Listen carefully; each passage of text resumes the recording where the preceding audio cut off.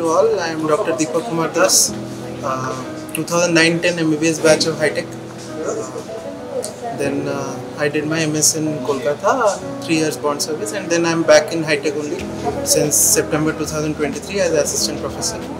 तो पिलामानक संग टच रे मु अच्छी ही एठी जो मैंने प्रेजेंट अच्छी बट जो ये टोटल गोटे alumni meet was definitely needed कहीं आमर सीनियर्स देन जूनियर्स जो मैंने इमिडिएटली कांटेक्ट थे इमिडिएटली सोशल मीडिया रे आमे कांटेक्ट रे आसी पारोना तो सेटा बहुत इंपोर्टेंट एटा गोटे भलो इनिशिएटिव जोटा स्टार्ट करा हेछि when we all get together then shared experiences through आउरी ग्रो करि हो समटाइम्स किछिटा फेरिया पई पड़े जो ऋणटा थाए ताकू को ना को वे रे तो ये मोर मदर इंस्टीट्यूशन मोर 5 इयर्स एटी कटितला जो एमबीबीएस रे सेटा मते शेप करतला to face the challenges in future तो सेटा ही मु इंपार्ट करिया में चाहूची जो स्टूडेंट्स मानकू एबे मु टीच करछु।